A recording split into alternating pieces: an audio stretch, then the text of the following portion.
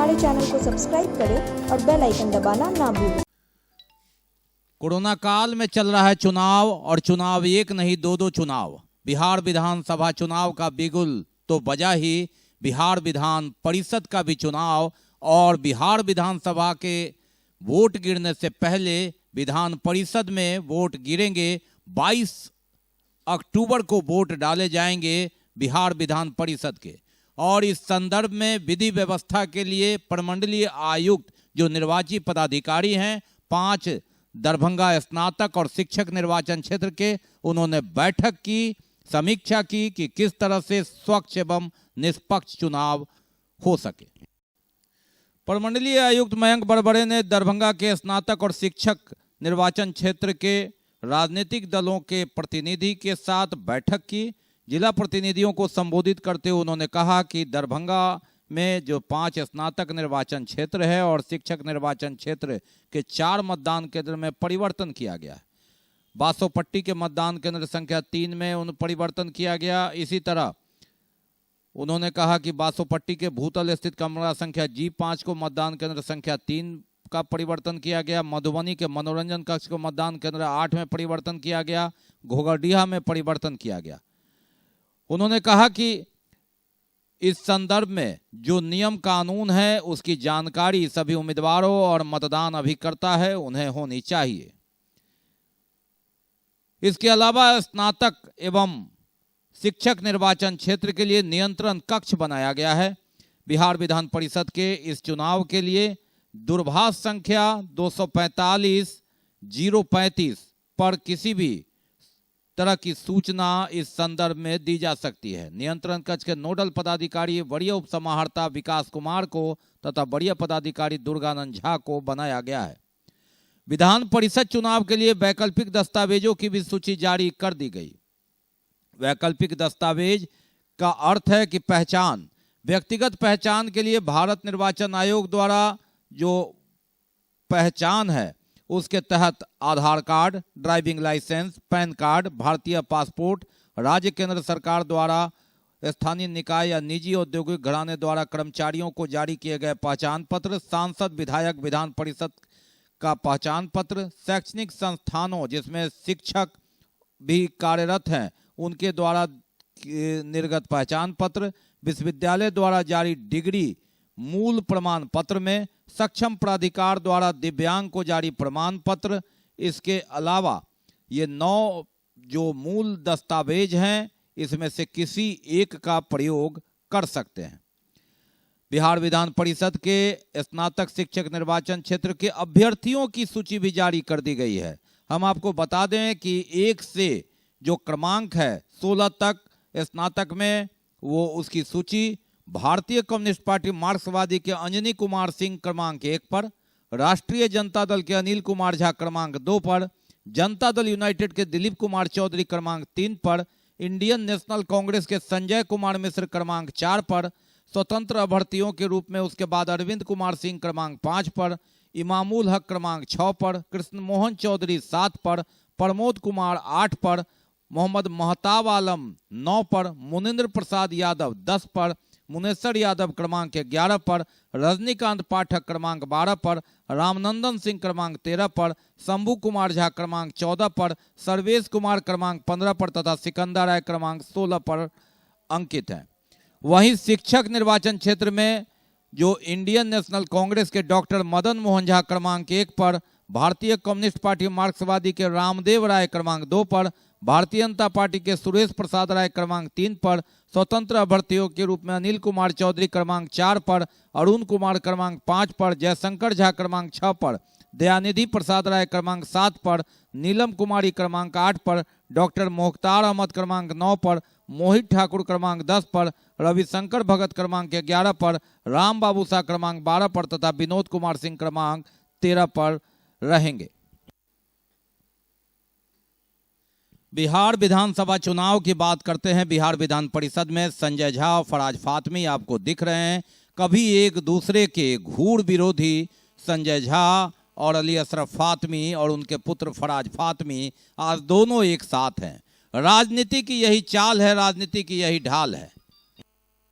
82 दरभंगा ग्रामीण से केवटी के विधायक रहे फराज फातमी, राजद के विधायक रहे फराज फातमी ने जदयू राष्ट्रीय जनतांत्रिक गठबंधन के उम्मीदवार के तहत दरभंगा ग्रामीण से पर्चा भरा। कोरोना काल में आप यह देख रहे हैं और इस तरह से सोशल डिस्टेंस की लगातार धज्जियां उड़ती हुई और लोकतंत्र का जो यह महापर्व है उसमें उत्साह, कोरोना चरम पर राजनीति, चरम पर चुनाव और कोरोना यहां से धूमिल होता हुआ ऐसा लग रहा है। कोई सोशल डिस्टेंस का नामो निशान नहीं और ये किसी एक पार्टी की बात आप नहीं कह सकते, ये हर पार्टी में ये देखने को मिल रहा है।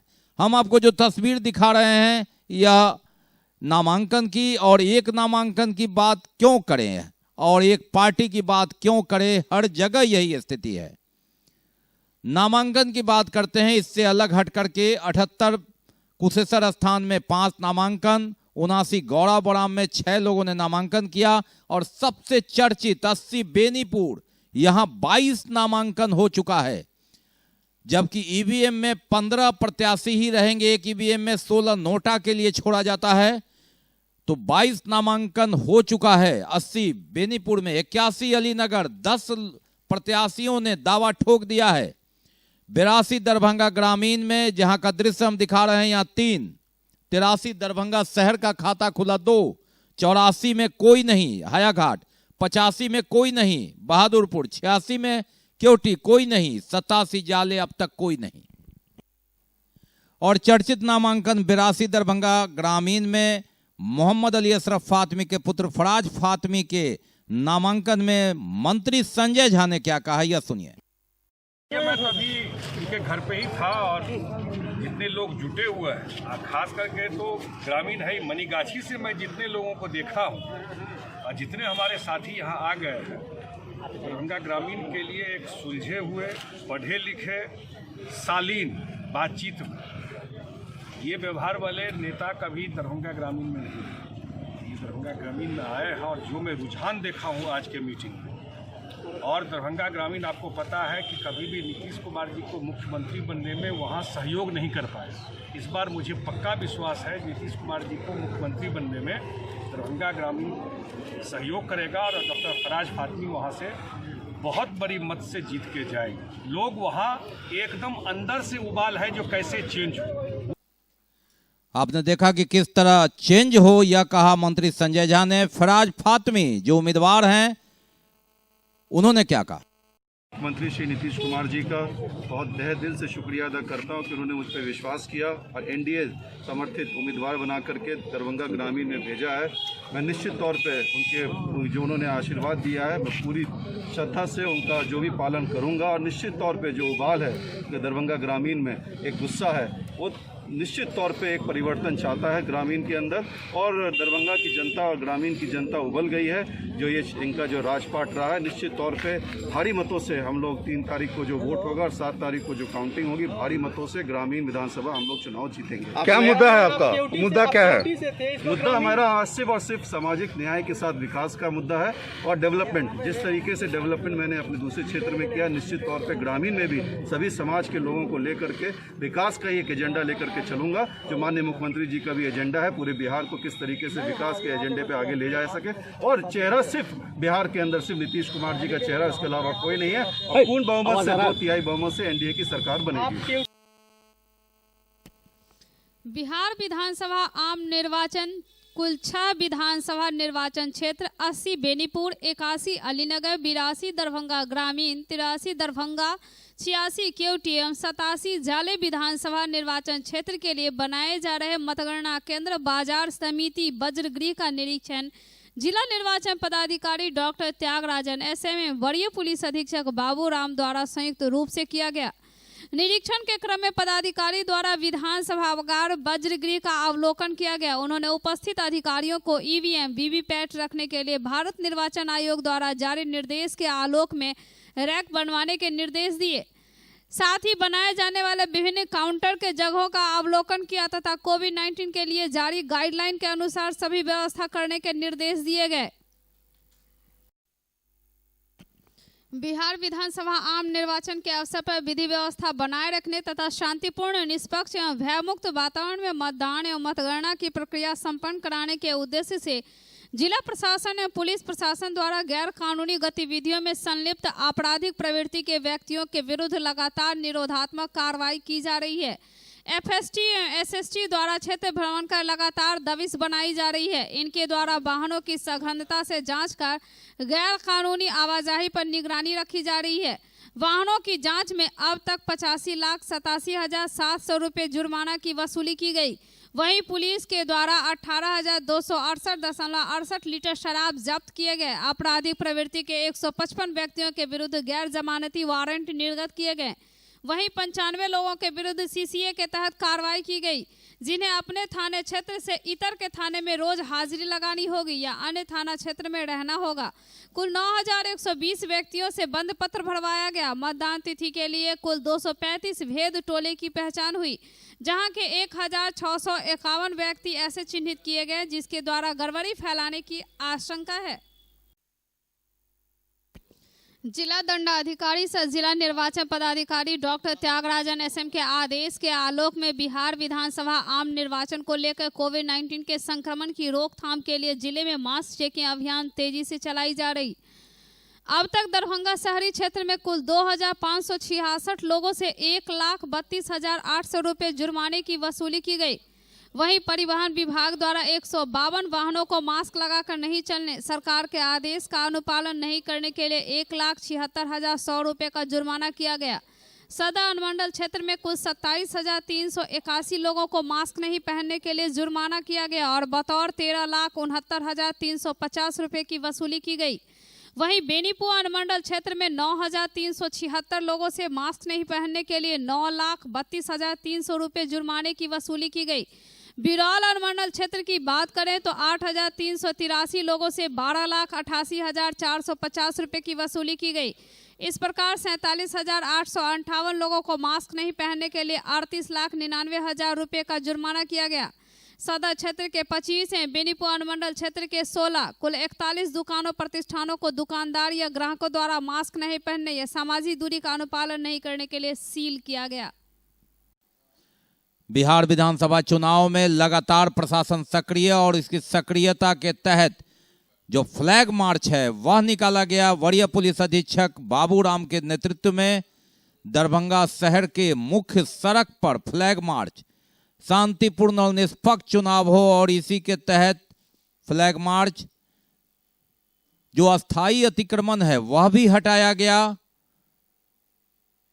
और इसके साथ ही जगह जगह पुलिस बल की तैनाती, पुलिस बल का फ्लैग मार्च लोकतंत्र में स्वच्छ और निष्पक्ष चुनाव एक महत्व रखता है और उसी की तैयारी जिला प्रशासन द्वारा ये फ्लैग मार्च का आज आयोजन किया गया है और पूरे शहरी इलाका में देखेंगे। बिशनपुर में भी फ्लैग मार्च स्टार्ट हुआ है, मफरी थाना क्षेत्र में भी हुआ है, बहादुरपुर क्षेत्र में भी है और ये शहरी क्षेत्र में भी अभी देख रहे सदर एसडीपीओ हैं, हमारे एसएसबी के असिस्टेंट कमांडेंट भी हैं और गाँव के जितने थाना प्रभारी हैं इसमें सभी सम्मिलित हैं।